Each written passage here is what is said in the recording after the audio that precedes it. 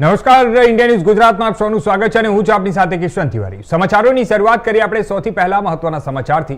વાત કરીએ આપણે રાજકોટની, તો સ્થાનિક સ્વરાજ્યની ચૂંટણીને હવે જ્યારે નજીક છે ત્યારે શાસક પક્ષ અને વિપક્ષ બંને વચ્ચે ઘમાસાનો થતી જોવા મળી રહી છે। ત્યારે ગઈકાલ રાજકોટના જૂની મામલતદાર કચેરી ખાતે રાજકોટ શહેર મહિલા કોંગ્રેસના પૂર્વ પ્રમુખ મનીષાબા વાળા અને ભાજપના વોર્ડ નંબર 11ના ઉમેદવાર રક્ષિત કાલોલના સમર્થકો વચ્ચે બોલાચાલી થઈ હોવાના દ્રશ્યો સામે આવ્યા છે, જેમાં કોંગ્રેસ દ્વારા ભાજપના વોર્ડ નંબર 11ના ઉમેદવાર રક્ષિત કાલોલનું ફોર્મ રદ કરવા મામલે રજૂઆત કરવામાં આવી હતી।